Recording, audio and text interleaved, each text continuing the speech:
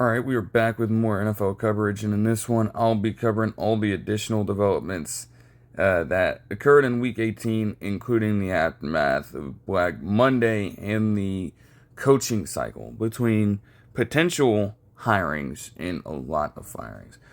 To get straight into it with a devastating injury, though, Chris Olave would be out of the season-ending game versus the Falcons with, honestly, it's tough. He literally just went on, the Nightcap podcast, explaining how he was that close to retirement after last season, with the accumulation of all these different head injuries. And he came back this season, put together his yet another 1,000 yard year, and played in every single game.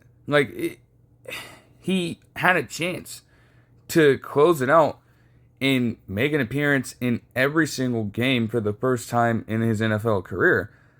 And that opportunity was taken away from him as he, per Adam Schefter, would be dealing with blood clots in his system. That's not something that you can mess around with.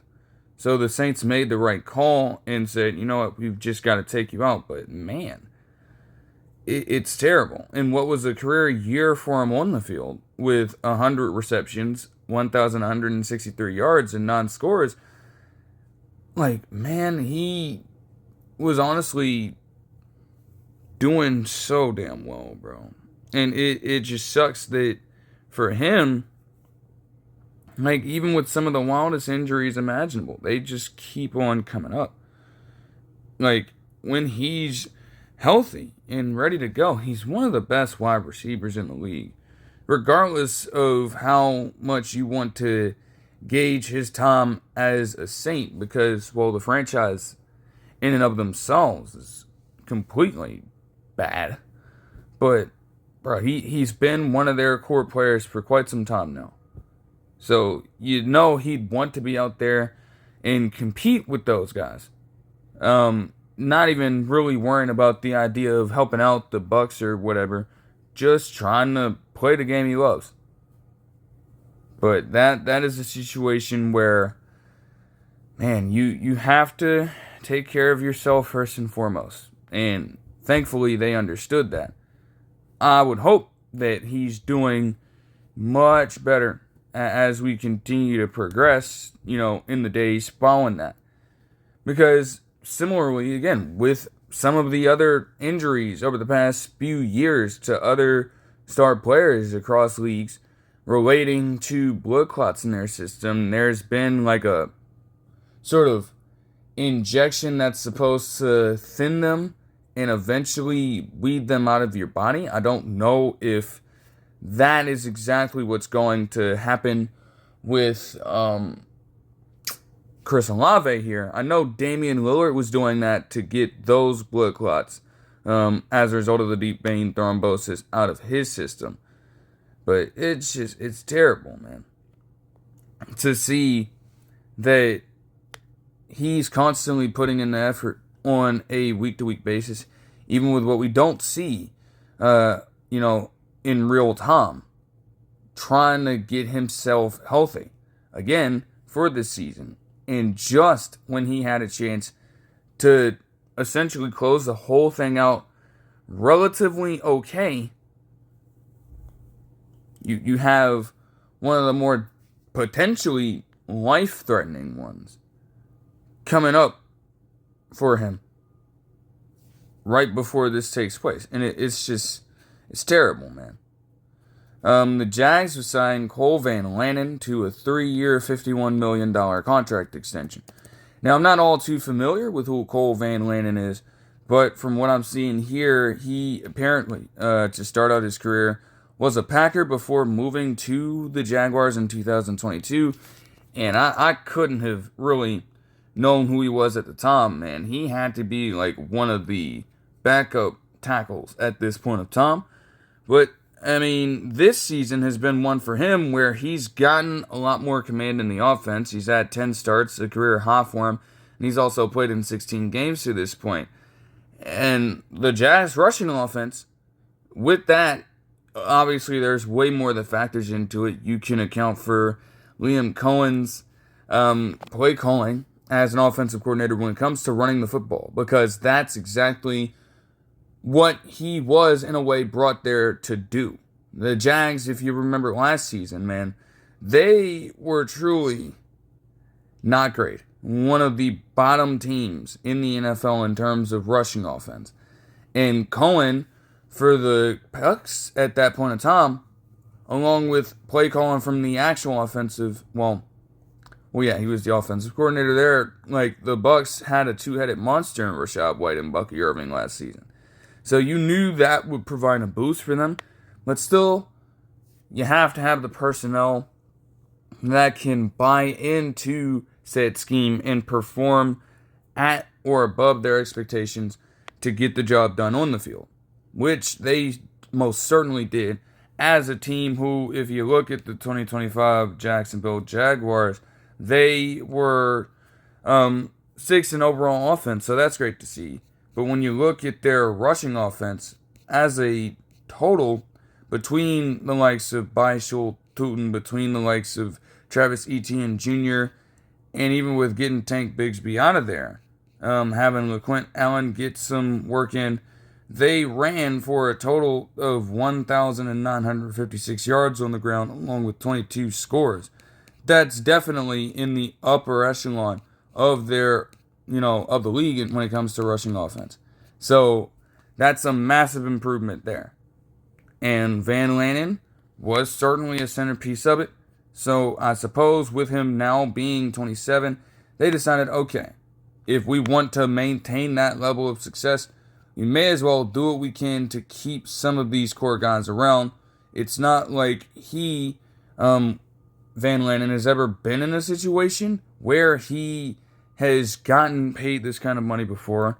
He's just coming into the NFL, but if we want to keep him around for the long term, let's give it a shot.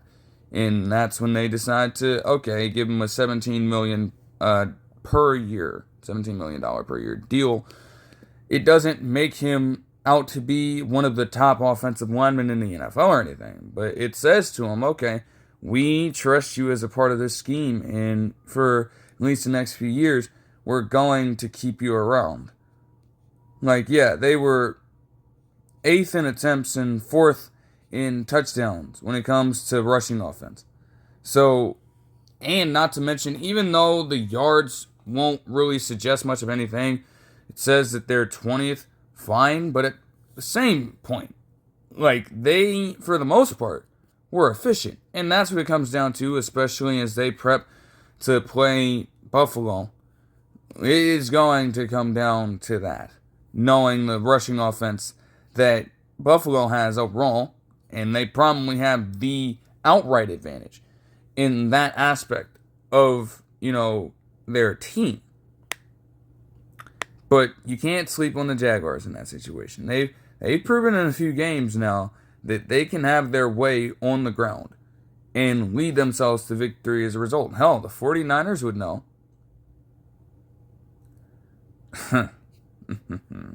The Ravens would sign their long snapper Nick Moore to a 4-year contract extension. And it makes sense. He's been around for a little while.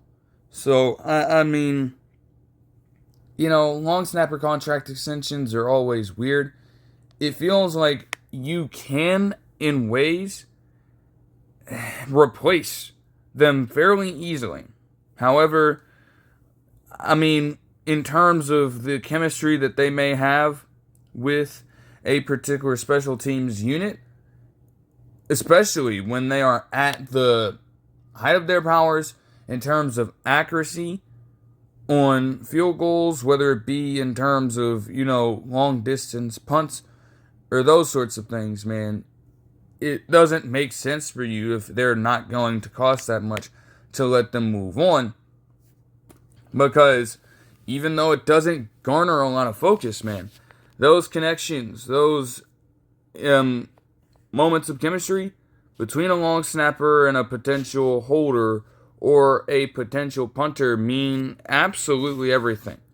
When you look at those games that can be decided by the margins, it's vital to have that kind of flow in your organization when it comes to a kicking or special teams unit in general.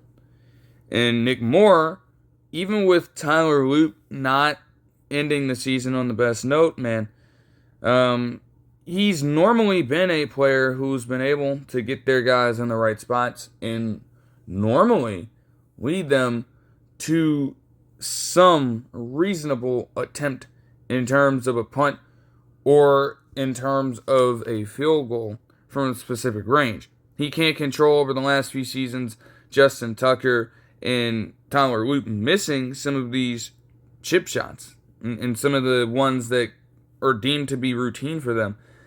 But a lot of this, when it comes to the contract extension, can also do with the fact that Jordan South this season, he honestly emerged as one of the best punters in the game. And while he doesn't get a lot of credit, who the hell is snapping him the ball every single time? It's Nick Moore. Like, he had a long of 74 in terms of yardage on the punt this season and became a Pro Bowler while averaging at least near 45 yards in terms of net punting average, along with 50.1 yards on a punt. They said that the man had a boot coming out of college, and while it took me a while to understand that, anytime you can finish a season above 50 yards doing that, you more than warrant that kind of discussion around you. He had 24 punts inside the 20-yard line for a conversion rate of 45.3%, his second highest mark in the his second highest mark in his career since entering the league. And, man, hey, bro. Not to mention, man, in terms of return yardage, like, there was not much of that at all. You know, there was a season, when you look at 2023, damn near gave up 440 return yards. But no, every single time he punted them balls, more often than not, the punt returner was going to be stopped within at least 3 or so yards of a return, or was just going to go down for either a coffin corner or a touchback. And there was no in between. And, you know, even if Jordan Stout might not be talked about all over the place, that's how you know you're doing your job as a special teamer. If we don't have to constantly talk about what it is that you may or may not be doing, and you're getting that kind of praise for doing your job, you know you are doing something right. So that's how Jordan Stout was able to do it. And again, credit goes to Nick Moore for setting him up with nothing but clean snaps pretty much all season long. Rarely did you have that problem on that front with the Ravens, despite a lot of the other madness going on. That was one thing you could guarantee was going to go well for them. And at points, if things had been executed a little differently, some of his punts in, certain games granted them at least an opportunity to, make something of the situation, potentially come back, potentially take control of field position, whatever the case might have been. So it was a rough season for them overall, but hey, at least and Nick Moore, again, there's a loyalty component of it. He's been there for a while. If you know that he's doing this for you, why let him walk? Doesn't really make a lot of sense. Some of these other ones I already ended up mentioning when talking about the picks in terms of the 2026 NFL Draft and part of the order, and also the fact that the Jets were just that historically bad defensively. But as we would get word about this a few days back, it would be detailed by Adam Schefter and other sources that the Seahawks would sign Charles Cross, the left tackle, to a 4-year, $104 million contract extension. And I have absolutely no problem with it. It kind of helps. As much stuff as we give Abraham Lucas at times, he got his contract extension last offseason, and you felt that it was only a matter of time before Charles Cross would be up to get his. Since he's been in the NFL, he has ascended to one of the best left tackles in the entire thing. And he's had a little bit of versatility as well. He's been moved across at times and has still managed to put together solid production at this point. Looking at his overall snap counts, they've been consistent, although, again, he would miss time to end the season. Still, though, he's been mostly durable, appearing in a high percentage of the snaps in each and every single game that he's played in. He is fairly reasonable when it comes to penalties. He doesn't really get called for them all that often, but he was penalized 4 different times this season, including a holding penalty and 3 different false start occurrences. And in terms of sacks given up, well, not much on his end. Sometimes they happen, and there were games this season where Sam Darnold did get pressure on him, but for the most part, the entire offensive line did a great job of protecting Sam Darnold throughout the course of the entire season. I mean, if you look at the overall stats on it, for example, when it came to how many times he was sacked, he was only sacked 27 times. Across 17 games, that rate, pretty much about like a little over 1.5 times a game. Like, that ain't terrible at all. That's pretty damn good. And you saw what can happen when you give Sam Darnold a clean pocket as well. It just puts them on a completely different playing field. Not to mention what he and the entire line have been able to do in run blocking. And again, if there's been an improvement in the rushing attack with him out, one can only imagine how it's going to be as he continues to rest up, given the bye that the Seahawks possess right now, and comes back. Like, man, that is going to be something to key in on. As an individual player himself, it was looking for a while like I guess in his rookie season, he's going to have those mistakes, right? But people were questioning his value there to be a top 10 pick in the 22 draft. But you got to remember, at that point, man, you're just coming out of the Russell Wilson era. How many times over the years, yes, he's more of a scrambling type, but man, that offensive line for a few seasons in the row to, cap off Russell Wilson's tenure there, man, it was fucking atrocious. And they needed to find a way to recuperate there. It was not fun. So you take a shot in the dark and get him in the top 10. It was looking pretty risque early on. But again, over time, he has developed as a player. He's matured on the field, off the field, and has progressed into truly a core piece, an invaluable piece to this roster.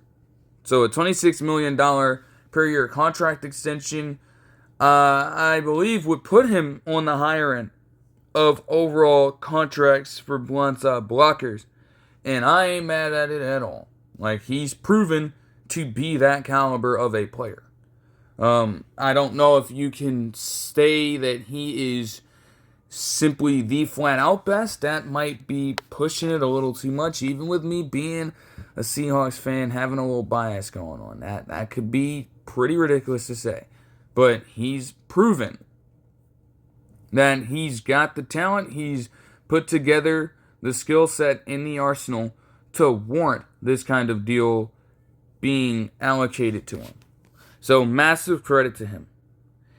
Now we get into a load of different firings. And to start things out on Monday, well, I guess later on Sunday, after the game was won by Atlanta, they would fire Raheem Morris, Terry Fontenot, their general manager, and also the CEO of their team, while having, rumors and hunches come out about Matt Ryan potentially taking a role in the front office. But let's focus mainly on the firings here. Raheem Morris, in his case, I, interestingly enough, did not know that he was formerly a head coach for the damn Bucks. So that puts things into even more perspective there when you look at it. And overall, as a head coach, he simply has not gotten it done. It's been a drought completely. He has an overall record of 37-56 as a head coach, including 20-25 in Atlanta. Over the past 2 seasons, he had an interim stint, I suppose, in Atlanta in 2020 before being fired at that point, and then tried to pick it back up, but still not a lot of success going on. And it's just crazy to consider. Like, the talent is there, and the talent spoke about it. Bijan Robinson and Drake London, per multiple sources, came out themselves and advocated for Raheem Morris, stating that they wanted him to stick around as a head coach and didn't want to see him get fired. But alas, the decision was made in the front office regardless. It's not hard to see why.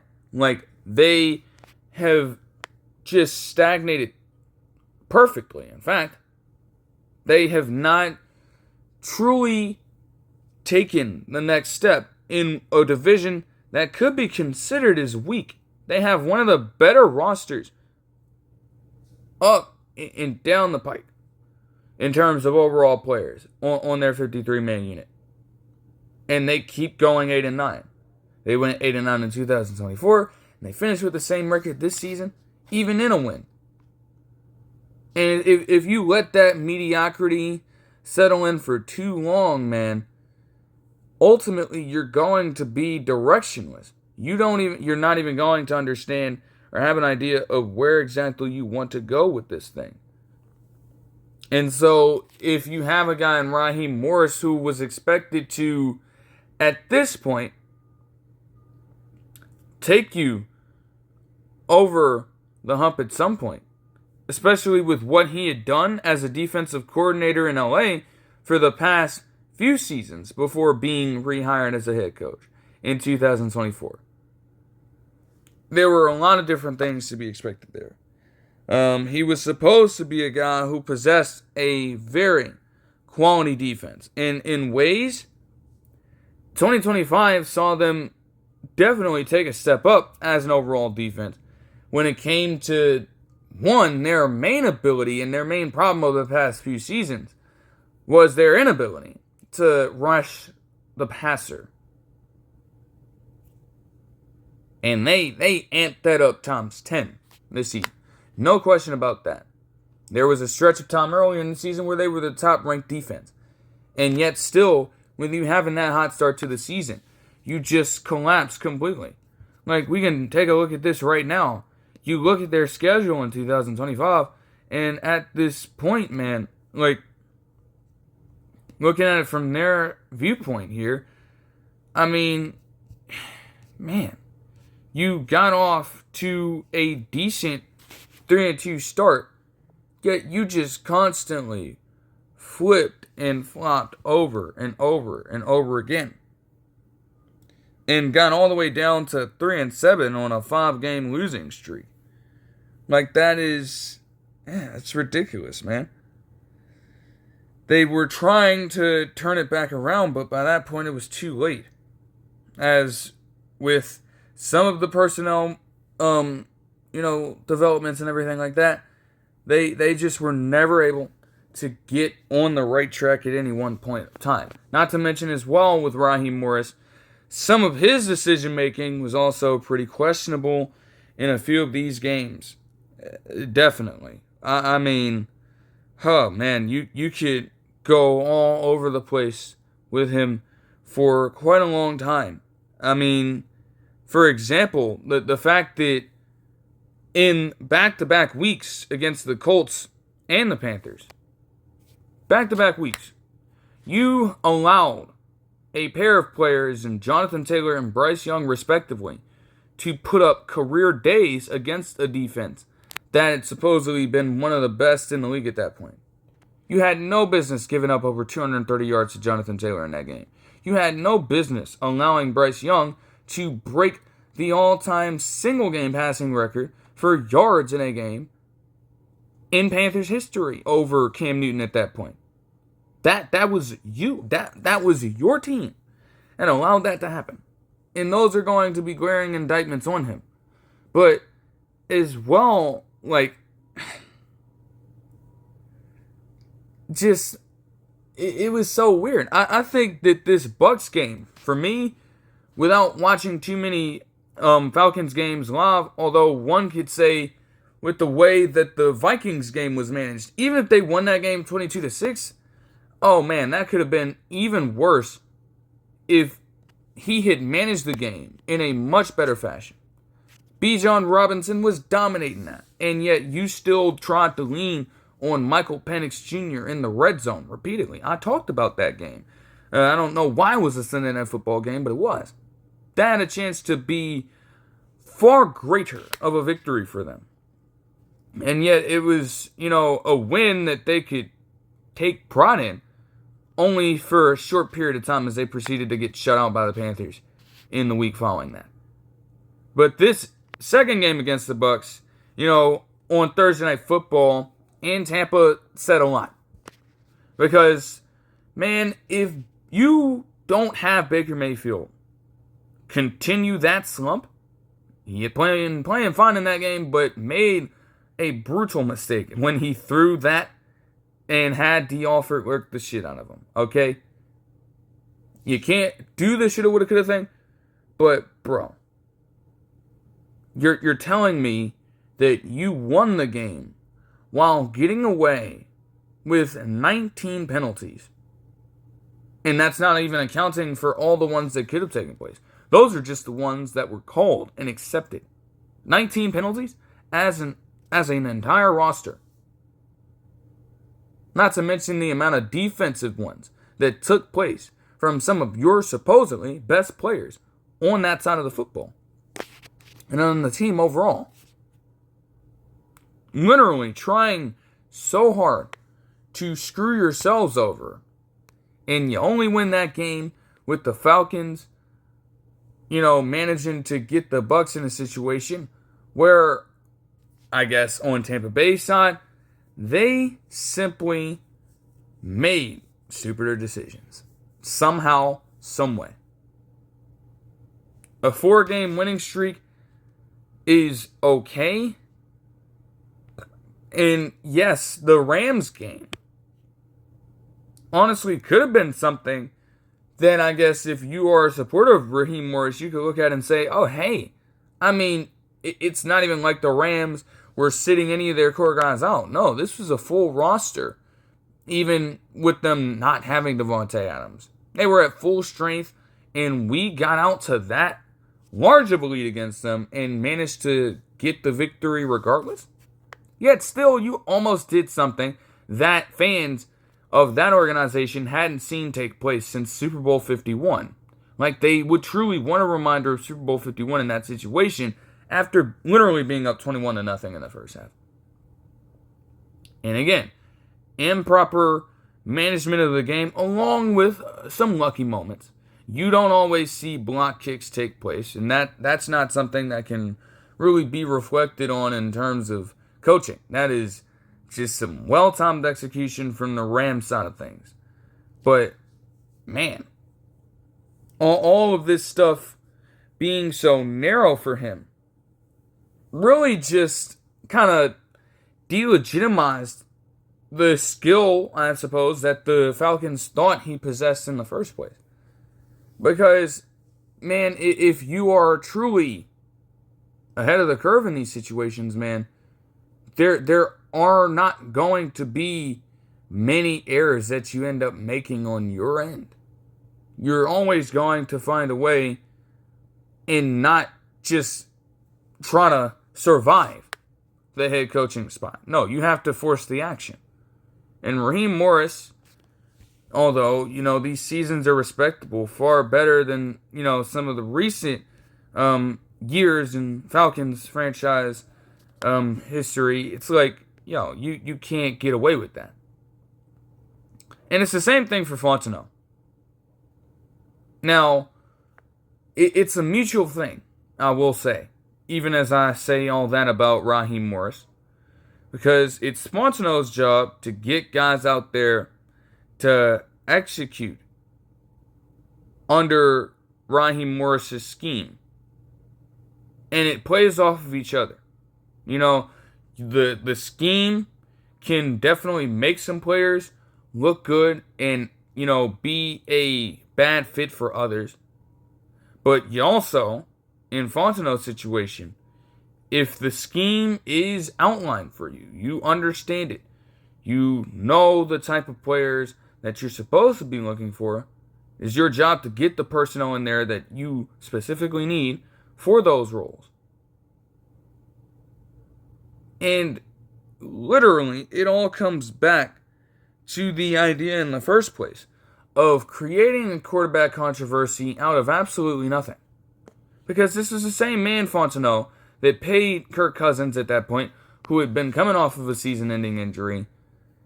But at that point, you were desperate for a quarterback, you decide to go for his services, and you sign him to a 4-year, $180 million deal, which many people did consider expensive and overvalued for Kirk Cousins at the time. Definitely a contract that was far, far too great. It did not particularly match up with Kirk Cousins and his potential worth at that point of time, but they gave it to him and overpaid for him. Okay. Then, a few weeks after that, you trade up to draft Michael Penix Jr. in the top 10 of the draft. And this nigga had the nerve to try to explain to Arthur Blank in that moment. They had a camera angle of him trying to rationalize his decision to Arthur Blank. And even he, in the moment, genuinely didn't understand that. He didn't. And at this point, both quarterbacks have had their moments. Like a 4-game winning streak for Kirk Cousins is not a terrible thing. Michael Penix has been solid as a quarterback since entering the league. But, of course, with some of the injuries that he suffered, the starting roles for both guys have shifted on and off throughout the last 2 years. Like, if one's not playing well, there's always a danger of having the other come in. And that doesn't help either one of them get settled at that moment. A man in Kirk Cousins who was already on his last leg, and a man in Michael Penix Jr. who, along with these injuries, is also an older quarterback. One of the older quarterbacks in the draft in 2024. And you're actively contemplating having both of those kinds of guys on the same roster with one backing up the other. How exactly was that supposed to be perceived as successful? How was that going to work out? It genuinely hasn't. And one could say, even with other talent being shored up, that lack of a true decision on a quarterback has kept them exactly where they belong. Not really good enough to truly compete for a championship. Not really bad enough to get highly valued draft picks consistently enough for their liking. And that is overall a weird spot to be in. I will say, in defense of Terry Fontenot, to do a similar thing here again, the 2025 draft class for them was absolutely tremendous. Like, let's see, because, hold on. I can pull this up right now. 2025 for them was excellent. It would go down as Fontenot's last, but between the likes of Walker, Pierce Jr., and Watts, along with Bowman Jr. and Jack Nelson, like, you have 3 surefire guys that you can say contributed mightily to this team right now. You look at Xavier Watts, and, although you don't take PFF seriously for much of everything in the NFL. You have to balance it out and look at a number of different sources. But they promptly decided to rank Xavier Watts as the top rookie player, period, in the draft and on the defensive side per PFF.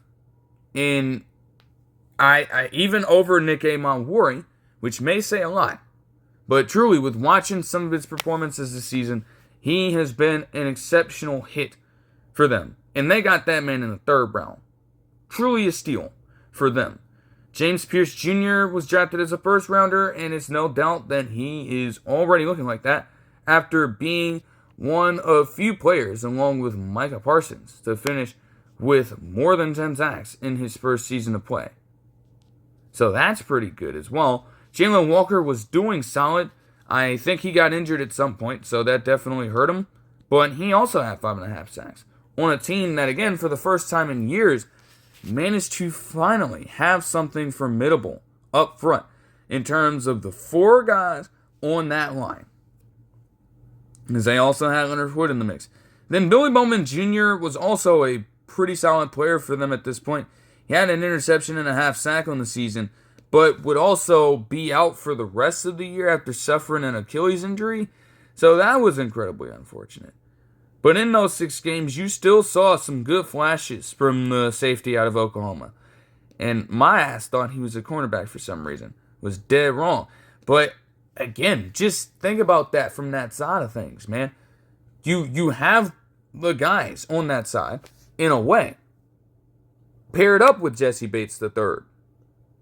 One of the best safeties in the NFL right now. It's like, damn. Like, we should be, in a way, much better than this. But, of course, with the quarterback commanding a lot of the attention and with you outright expressing just jaded faith in both guys at one point of time, it lingered over the entire worth for the rest of this roster. It lingered over them. They could not really manage to break out of that mold.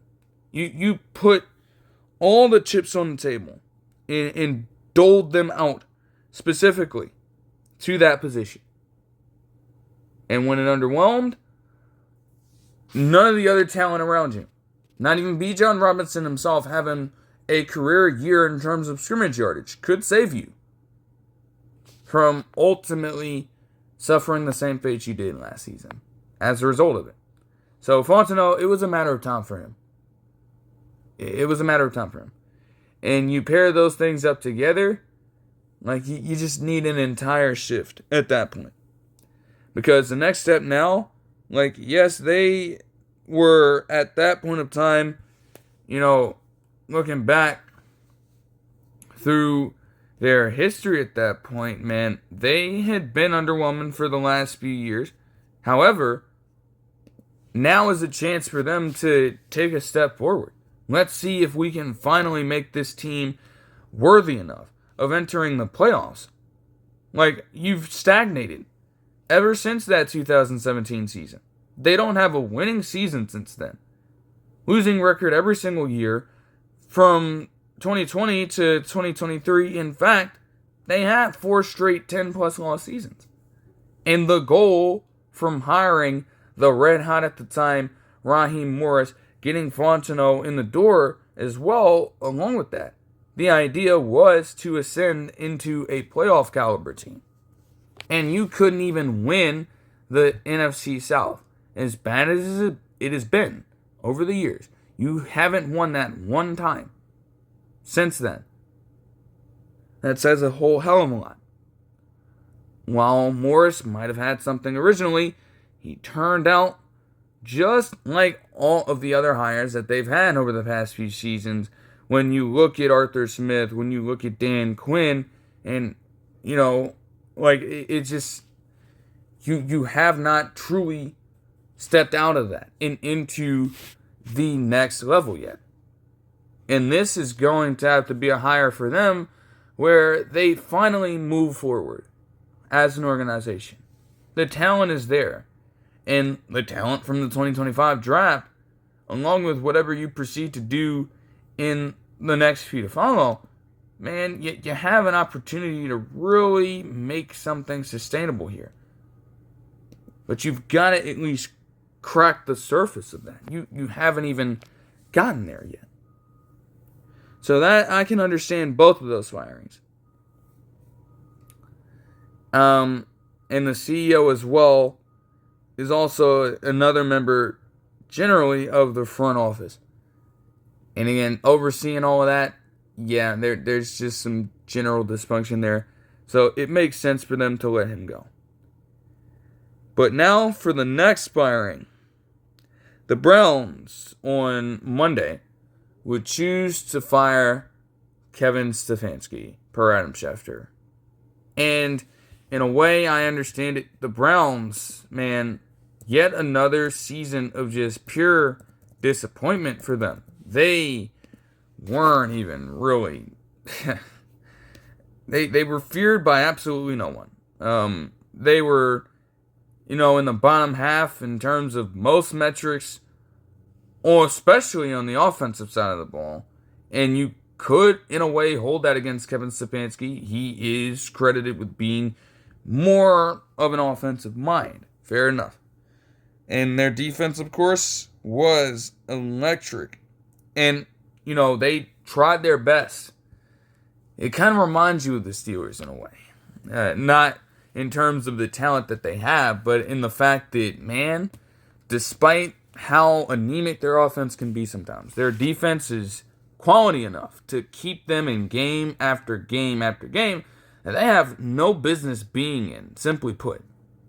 And you can say throughout the last few games of the season, there were certainly a few games like that. You still think about the fact that this damn Browns team, as bad as they were, had a chance to knock off the Bills and put another loss on their window. That if things had gone a certain way for the rest of the season for them following that, Bills might have fucked around and ended up missing the playoffs entirely.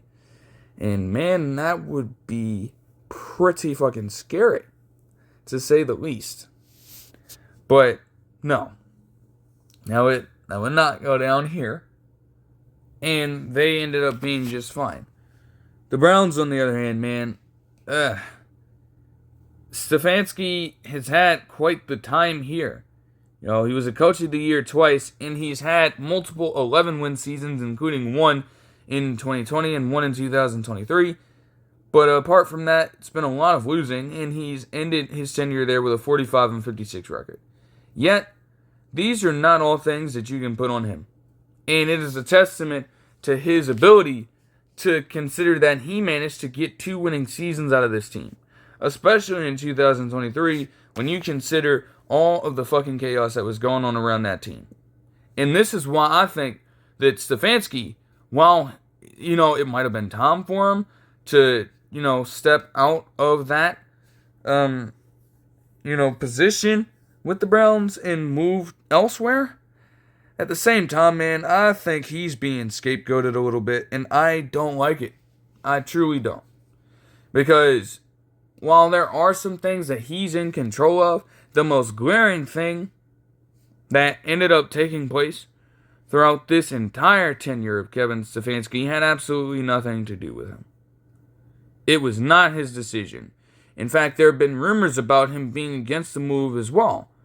But it was not his decision to have them sign Deshaun Watson in the offseason, even though one could justify it given what he had recently done with the Texans at that time. Fair enough. One of the hottest commodities in the NFL. The Dolphins were even looking into him.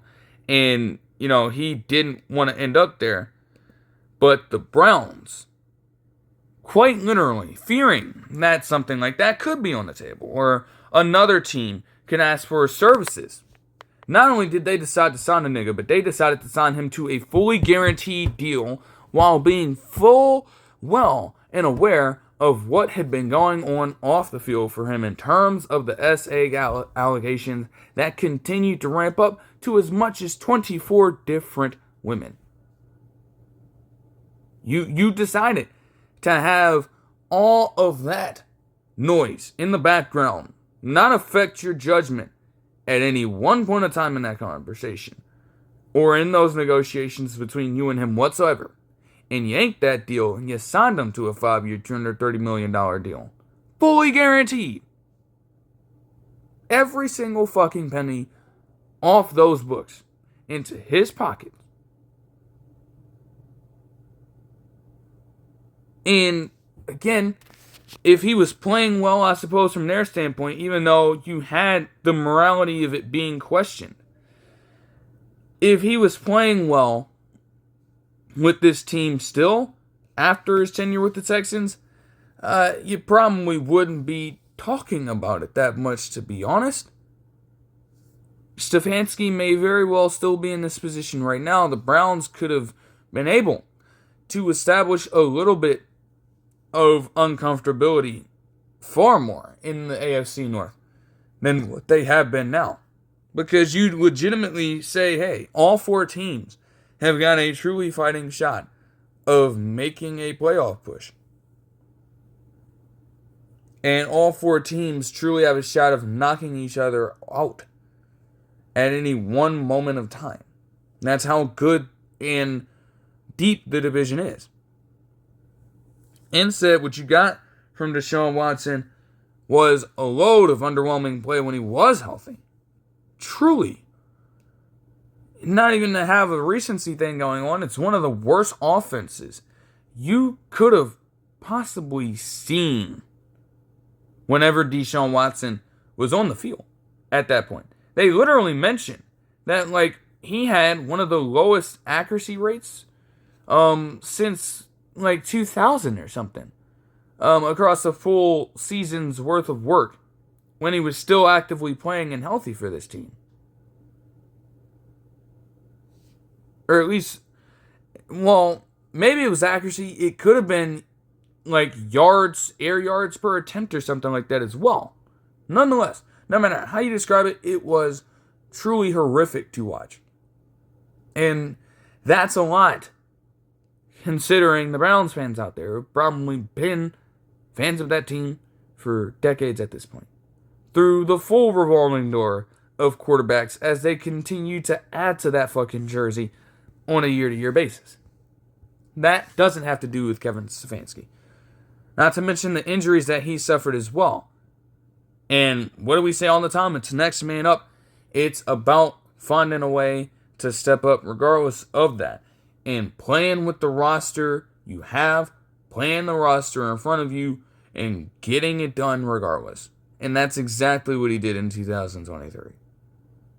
The fact that he was able to get to 11-6 with fucking Joe Flacco, while also rotating around Jeff Driscoll, Dorian Thompson-Robinson, and PJ Walker at points, is a fucking miracle. And even with Deshaun Watson having a 5-1 record in that season, again, that was the defense keeping them in contested battles all throughout the year at that point. It was in spite of Deshaun Watson that they were winning these games. And you can credit a lot of that to the defensive prowess, but you can also credit Stefanski with that. And it just ramped up tremendously. Like, yes, the same logic could have applied for 2024, but once more, you had the start of the injury bug with Deshaun Watson. And at that point, you're still rolling around guys that just truly have no business being out there. And ultimately, that falls on the front office in terms of not being able to get players. You thought that your game plan, your best shot was to go out and get Jameis Winston and also get Bailey Zappi in for a game? That was your solution. Hell no. That goes on the front office, and that ultimately comes down to Jimmy Haslam choosing to fork over all that money to Deshaun Watson in the first place. So, to say that Stefanski, is just all bad and doesn't deserve his own shot at a different point in time would just be crazy. Because, not a lot of this. He does deserve some criticism. He does deserve some blame. But not all of it should be on him. It would be ridiculous to say that. And if you give the man enough of an opportunity, I do believe that he can honestly elevate a roster to potential playoff and championship contention. If he can do that with the fucking Browns on 2 different occasions, despite having a rotating cast of characters on a season-to-season basis, I mean, damn, what else would you need to see as an organization who might be looking for a cornerback or a head coach, rather, and is actively trying to contend for playoff spots or Super Bowls? Like, it's to the point where you have, as Schefter would follow up on, after that news came out, you had him, or you have visits with him set up by the Titans, the Falcons, and the Giants. And the Giants are in their own shit, but it looks like, for one, they have a guy, maybe, in Jackson Dart that they are beginning to trust a little bit. That can help him out tremendously to have someone who's surefire, and while they need to keep building out their roster, man, that could be a move for them. Because at the very least, it would get the Giants back into a place where they can scratch the surface of at least being a threat in the NFC East. The Titans are pretty much on the same plane as the Browns. But, again, they may have themselves a guy. They've got a clear decision there. And it looks like they can continue to progress forward as the years go along. So that wouldn't be the worst thing for Stefanski either. But I think it's the Falcons, interestingly enough, that intrigue me the most here. And I wouldn't mind seeing them there. You have, again, undeniable talent all over the place on both sides of the ball when it comes to what the Falcons have going on, as I've already explained.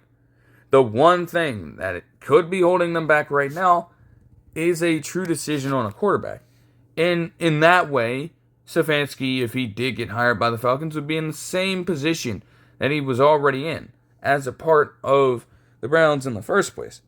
But man, I'd argue that both of those guys, no matter if it's Kirk Cousins or Michael Penix Jr., both of those guys, as now established veterans in the game, especially Kirk Cousins, are going to offer you a lot more in terms of quality quarterback play. No matter how they get it done, they're going to hold down the fort, both of them. May either of them be able to truly change the course of a game just yet? You could argue that Kirk Cousins has never been that way, and Michael Penix Jr. is still far too young in terms of quarterback development in the NFL to really reach that point. Although, he came out of college supposedly pro-ready and, able to take over in that fashion. That just hasn't really happened yet. And that would be the next step for both of those guys, no matter who starts for them next season. But as long as Stefanski has that, duo in there, there are opportunities for him to get good schemes going with both of those guys at the helm at any one point in time. And, with his ability, there'd be ways to get it done differently. Michael Penix Jr. can scramble a little more, obviously, so you'd have to, if you were going with Kirk Cousins here, you'd have to work around that immobility and try to, engineer up an offense predicated on quicker reads and, getting the ball out on time and accurately. Whereas Michael Penix Jr. could probably be in a little bit more of a free-flowing system. Whatever the case may be, those guys can offer you way more than any of the recent Browns quarterbacks have at this point. Shedeur Sanders shows promise, yes. But, man, I really don't know what to explain when it comes to those two specifically. And I don't think that particular relationship had an effect on anything happening with Stefanski, even though people will try to run with that narrative, I suppose. But, man, it's like,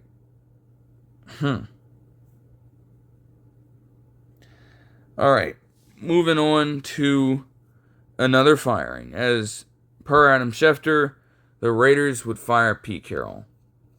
This one is just unfortunate.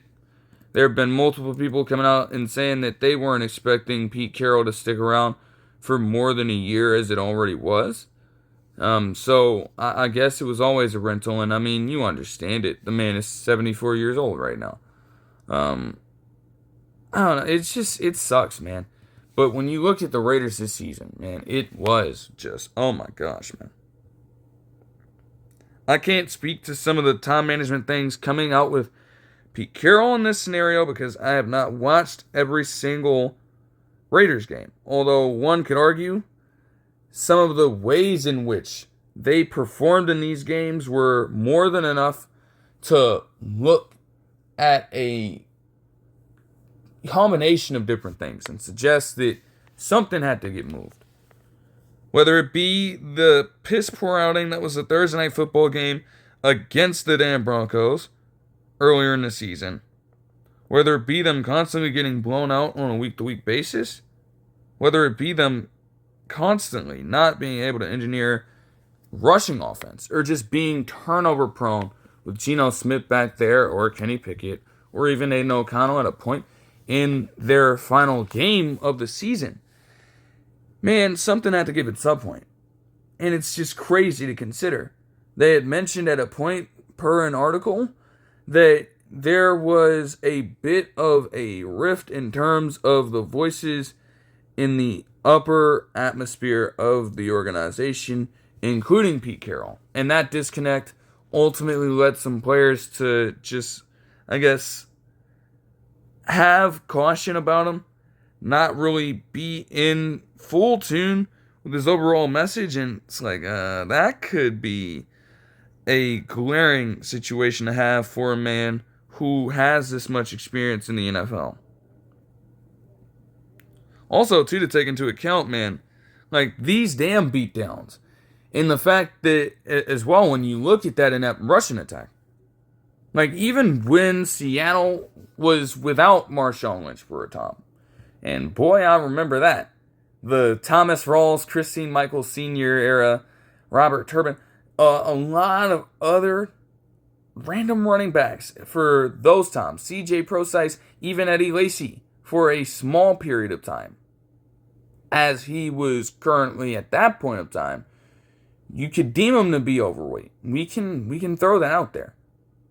Even in that era, they still had a somewhat formidable rushing attack. That was his emphasis as a coach in Seattle. It was always about defense, grinding it out, and imposing, striking fear into the hearts of opposing offenses. And it was about controlling the hell out of the football in the most smash-mouth way imaginable. They were never able to do that this season.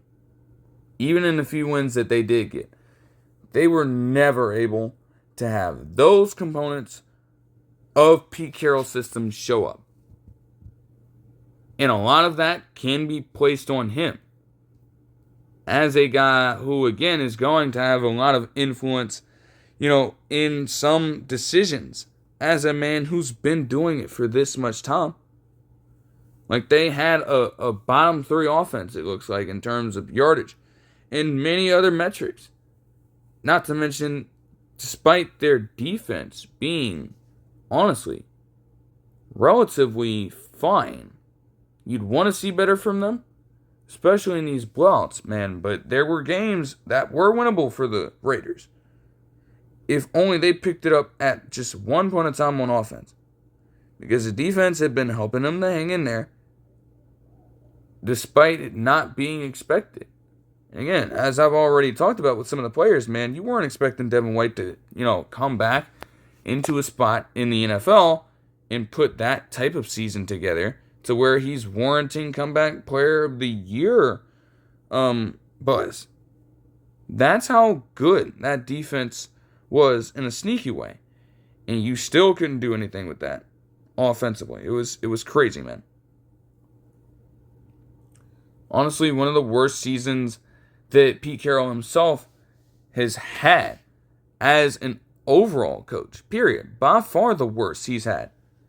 You had a couple of 9-8 seasons in 2022 and 2023, and that stagnation is what forced, the Seahawks to make a tough decision, but what proved to be necessary. And now you see what's happening with Mike McDonald, so it's turned out rather fine for them. But for Pete Carroll, a man who is honestly a legend, and, there was a lot of consideration about him, even as I remember, saying in terms of, his initial firing, mutual split from Seattle. They didn't outright fire the man, but they parted ways with him, they said. Hey, honestly kept on bringing up the fact that he could be a potential Hall of Famer, and one couldn't completely be against that.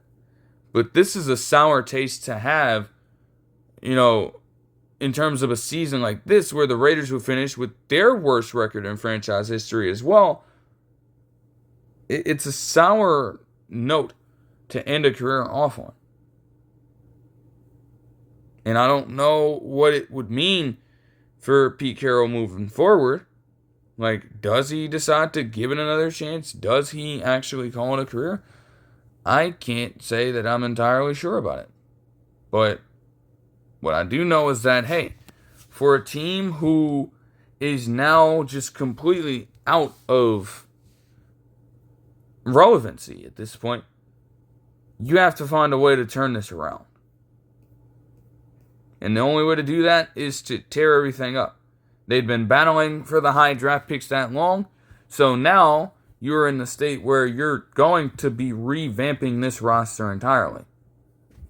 And they've got to be starting from absolute scratch. Pete Carroll, you can be a bundle of joy and a bundle of energy on the sideline. He does not have the energy, and I don't think that he has it in him anymore, to be a coach that allows a rebuild to take place. He couldn't really be able to make that work at this stage of his career and life. He has other things that he is trying to do specifically.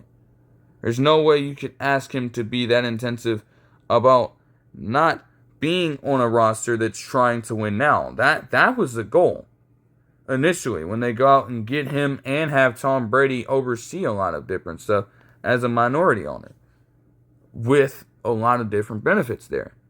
And they fell far, far from that particular expectation. They didn't even come close to it. So you can understand at that point why he'd go. It was always a foregone conclusion that they'd let him walk. And he didn't do anything this season to suggest that they should keep him. Not at all. Definitely sucks for him, though. It truly is rough to see that happen. But it just was not going to work out for much longer than that. That is just the cold hard truth. Moving on to the Cardinals. And per Adam Schefter, they would fire their head coach and Jonathan Gannon. This one is honestly another one like the Carroll situation that is just sensible for me. It makes way too much sense. Gannon just did not, no, man. Because he was expected to be a revolutionary defensive hire, mainly. But also, after coming off of a Super Bowl himself, and understanding that the Cardinals at that point had come off of a loss, a very just terrible loss to the Rams in the wild card game. They wanted to be a team that could be taken far more seriously at that point. And so they go out, they get a player, or a coach rather, head coach in Gannon, who's supposedly rugged on that end and is just an unrelenting defensive force while being able to put together a roster that could at least compete offensively. Neither of those things happened. Not only did he finished with a paltry 15-36 record. But especially when you look at this season, their defense was one of the worst in the NFL. And legitimately over the last half of the season. Ever since the Seahawks put that belt to ass in a 44-22 win, it felt as though you could pencil in them losing by at least 20 points in most of the last few games. And more often than not, that is exactly what ended up happening. If not for them going toe-to-toe, supposedly, with the Rams, they still damn near lost by 20. That's how terrible that defense was. And granted, that's to be expected because they lost a lot of their core guys at this point this season overall. But man, just 3 straight seasons of underperformance, you can't survive that. I guess you can say a few of those things in defense for him, despite the 15-34 record, especially looking at this season. You know, yes, the blowouts are not fun, but, bruh, Kyler Murray, it's been up and down with him. He did not have a great year, even when he was healthy, and then he went out far earlier in the season than anybody would have wanted. Then you had James Conner go out with a season-ending injury, Trey Benson go out with a season-ending injury, both of their top 2 running backs at that point. And they did have bits of rushing offense every now and then, but again, not enough to really establish that aspect of their offense. Not at all.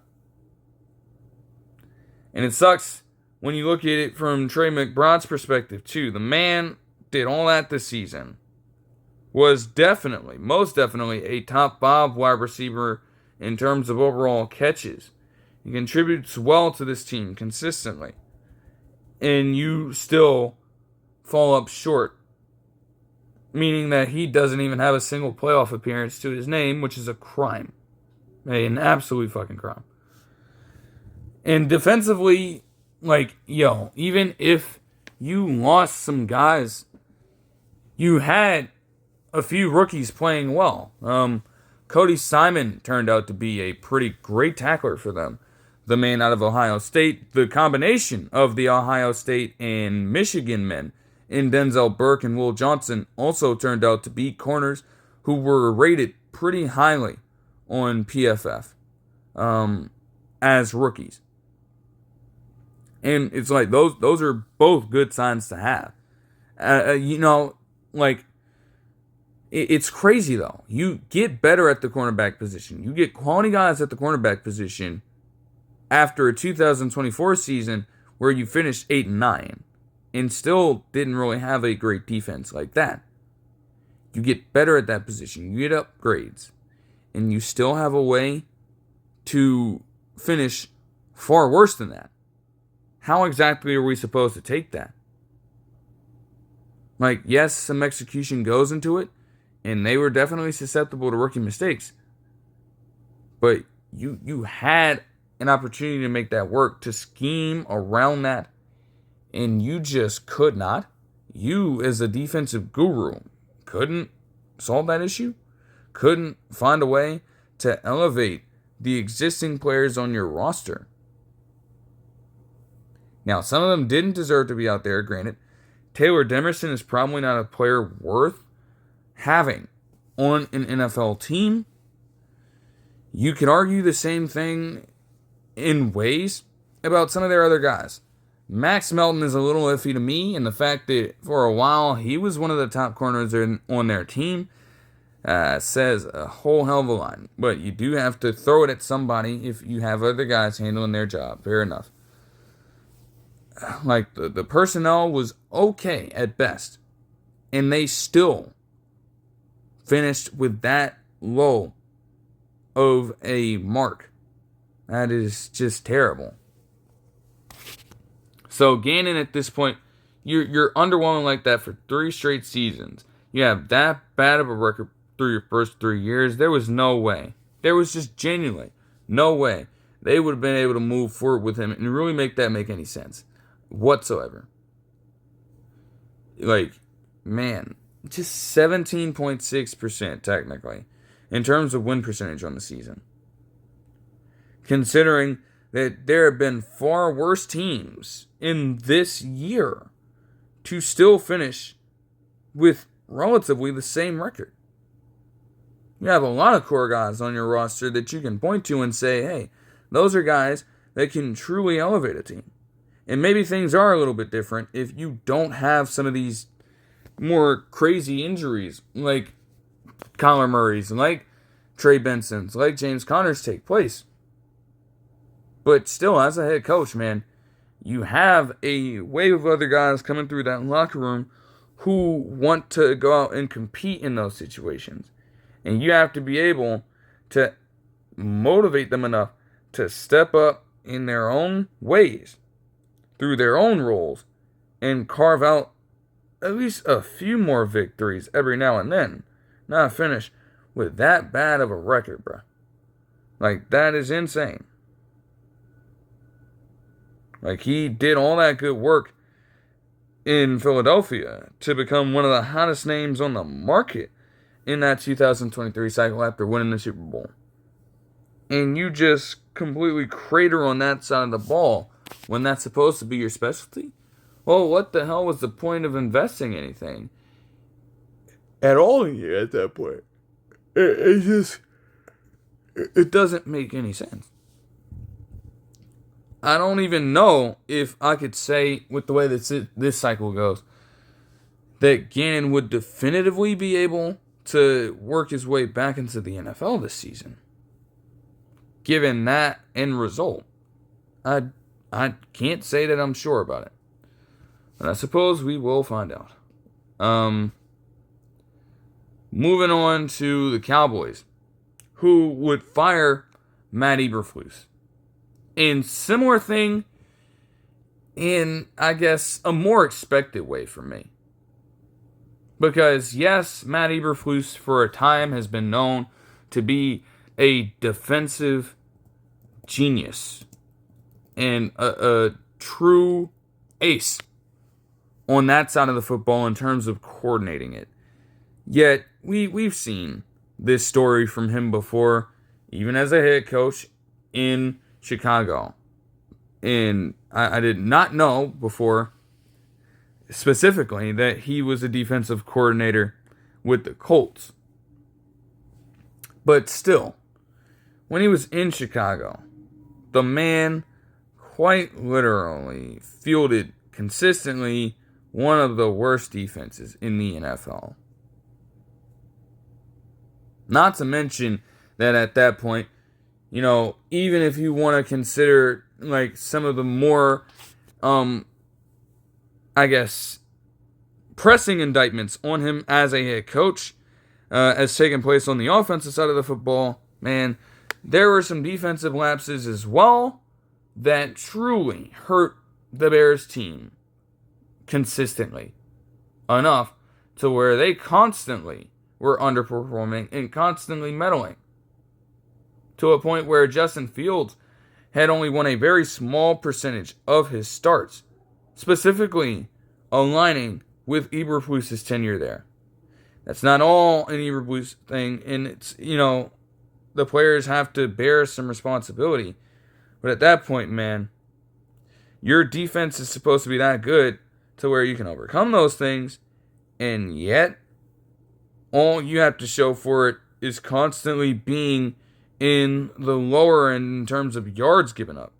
They did, luckily in 2023, on his end, find a way to sneak into the top five in terms of metrics in rushing defense. But they were still getting gashed repeatedly through the air. And it would not stop.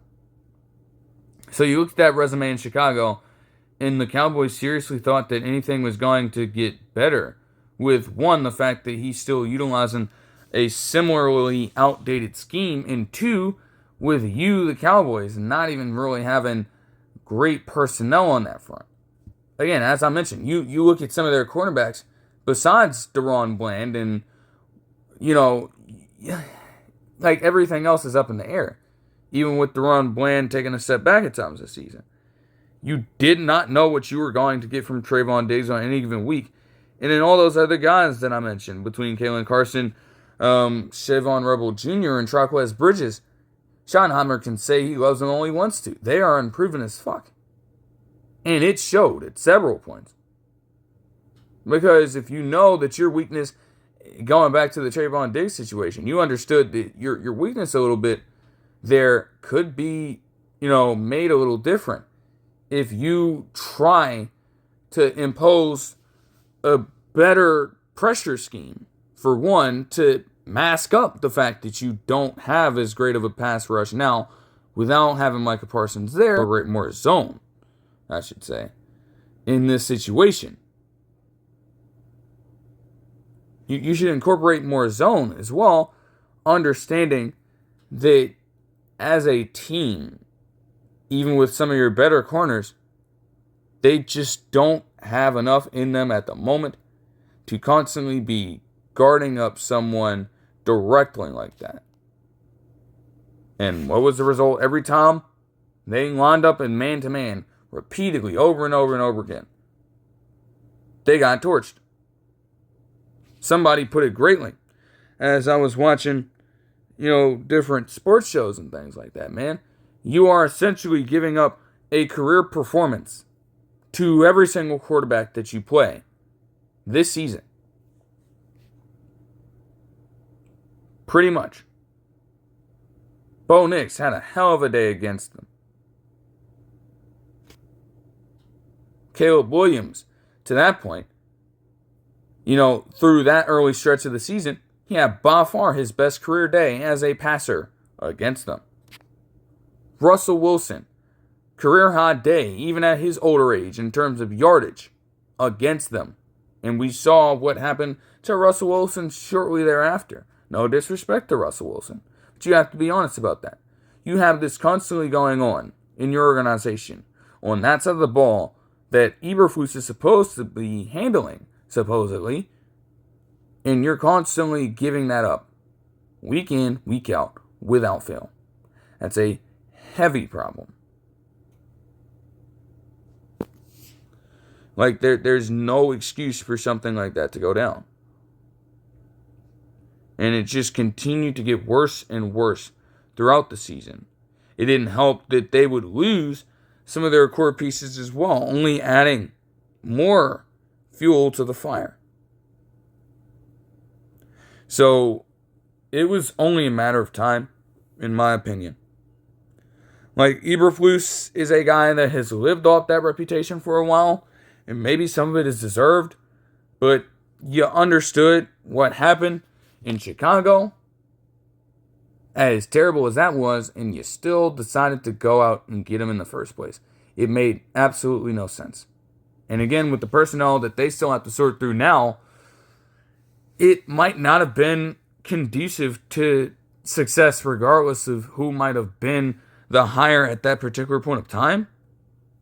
But from a reputational standpoint, man, no matter how you look at it, like, I still think that Eberflus was just truly a questionable hire in the first place. And it took you a full season's worth to evaluate that. I know you don't want to, in a situation, blow up everything so early in a season, because things can change. Momentum can shift. Fair. But after a while, after the first few games of getting a shit ton of passing yards unloaded on this unit, it didn't occur to you that something different had to come out of that defense, inevitably. And that Eberflus bared a large portion of the responsibility for how things are going on that side of the ball. Like, that's on you. Even Jerry Jones over the past few weeks has kind of been alluding to it. So again, this was bound to happen. Bound to happen. I have no problem with it whatsoever. Speaking of NFC East teams that don't have defenses to speak of. The Commanders would fire Joe Whitt Jr., their defensive coordinator. And Kliff Kingsbury would also leave to explore other options. Kingsbury is, I don't know. They say that he also parted ways with them, but this was the terminology that was used by Adam Schefter originally, so I could stick with it there. And, Kingsbury, it's kind of a weird spot for him. There have been a number of things coming out about him, so I think this is his own independent decision. But if there's any indictment on him, I'm not really sure about it. Like Kliff Kingsbury, it's a testament to how quickly things can change. He was credited mightily with Jaden Daniels' success last season, as they had one of the top offenses in the NFL, with him contributing to, quite the rookie year from Daniels, quite the overall result for the team, getting all the way to the fucking NFC Championship game and making some noise in the playoffs in year number 1 of his tenure there. But in an instant, everything changed. And I don't think that Kingsbury is responsible for every single thing that happened here. The entire offseason for them was chaos between injuries, between the Terry McLaurin holdout, between just some very unorthodox moves in free agency, or the lack thereof.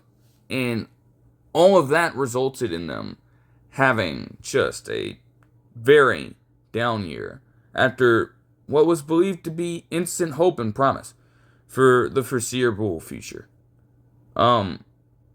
They did have a strong rushing attack, but Jaden Daniels or Marcus Mariota or Josh Johnson, no matter who you slot in there, they just could not really toss the rock this season at all.